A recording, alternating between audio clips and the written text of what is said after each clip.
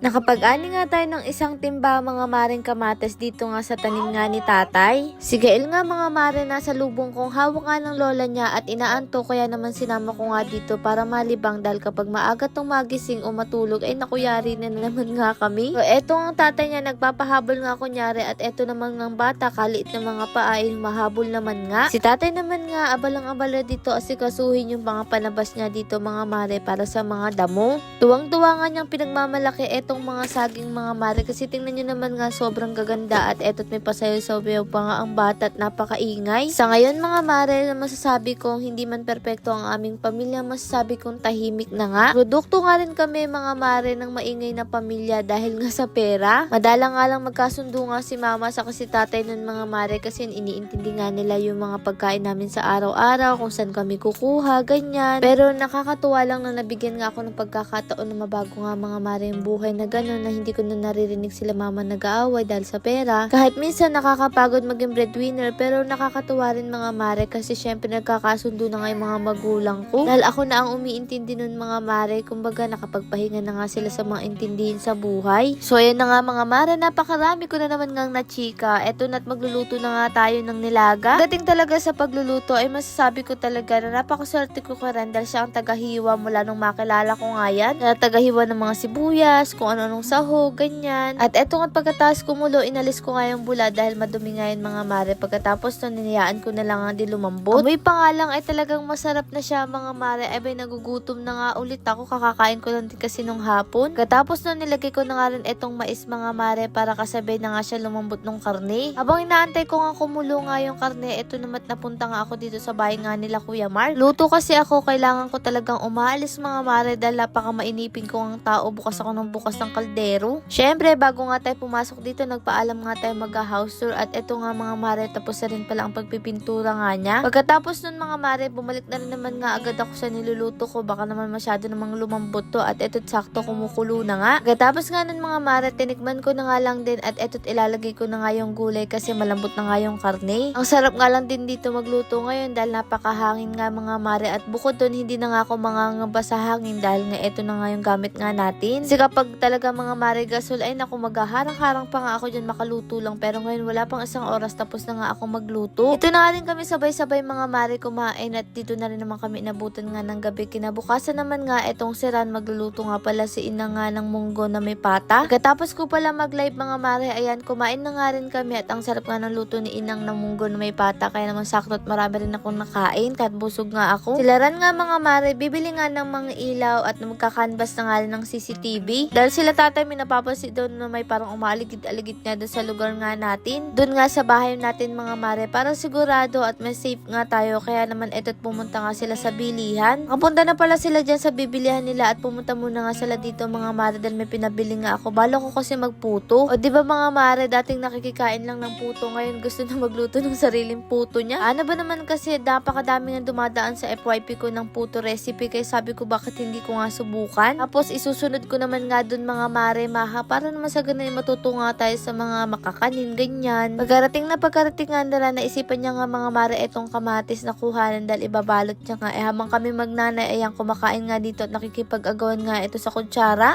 Gutom nga mga mare si Kael pero alam niyo ba sobrang hilig nga niyan sa gulay. Gusto niya pa nga ang gulay kaysa matatamis nga mga mare at eto nga't napakarami nga nilang nakuha halos isang timba mahigit. Yung mga nagtatanong nga sa inyo kung bakit sinisil maganda kasi itong mga mare para sa ganun kapag nga magluluto ka kumbaga hiwa-hiwalay na ganyan. Kapag nasa Tupperware kasi sama-sama tas kapag magluluto ka konti lang kailangan mo ilalabas mo siya talagang matutunaw kapag galing nga sa freezer. At tingnan nyo naman nga kung gaano kalalaki nga mga mare yung kamatis sobrang dami sayang nga lang hindi nataon sa mahal. At eto na ang kinalabasan niya mga mare mailalagay na nga to sa freezer. Lord maraming pong salamat sa lahat ng blessing syempre sa inyo mga mare paano ba yun bukas na lang ulit.